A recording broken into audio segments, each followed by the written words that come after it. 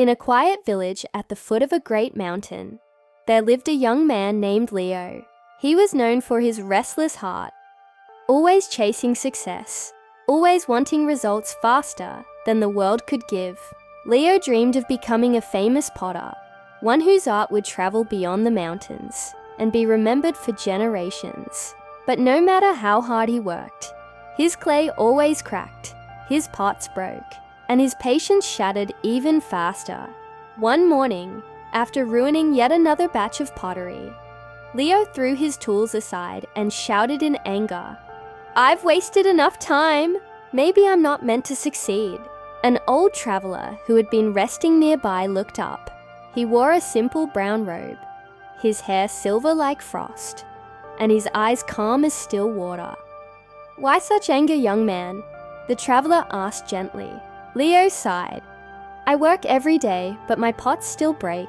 I want to be great now, not years from now."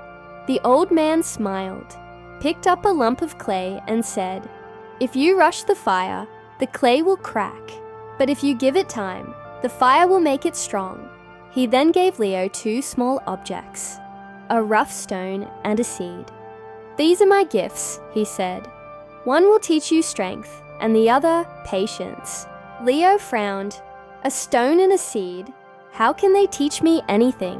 The old man only smiled and replied, "Keep the stone in your hand when you want to give up, and plant the seed when you believe you're ready to wait." With that, he turned and walked toward the mountain trail, disappearing into the mist. Days passed.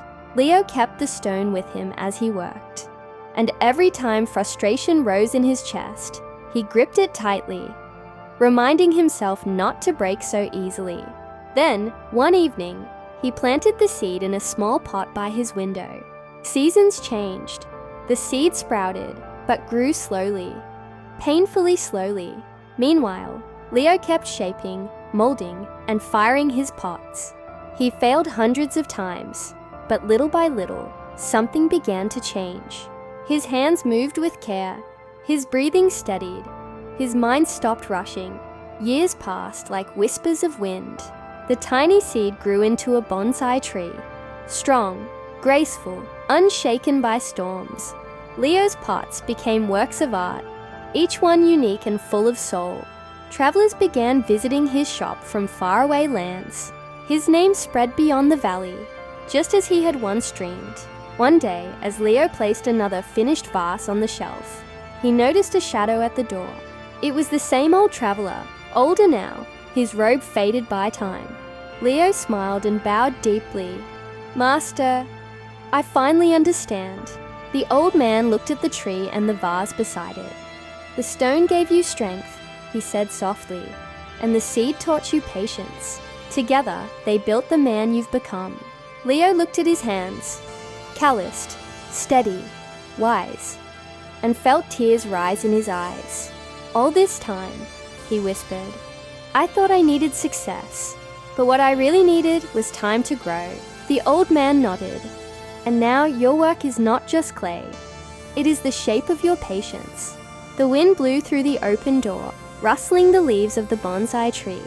Leo closed his eyes, feeling the gentle breeze, the warmth of the kiln, the heartbeat of the mountain, all moving in rhythm with his own. He had finally found peace, and from that day on, every vase he made carried a tiny mark at the bottom, the shape of a small stone and a seed. A reminder to the world that great things are not made in a hurry. They are grown with time and patience.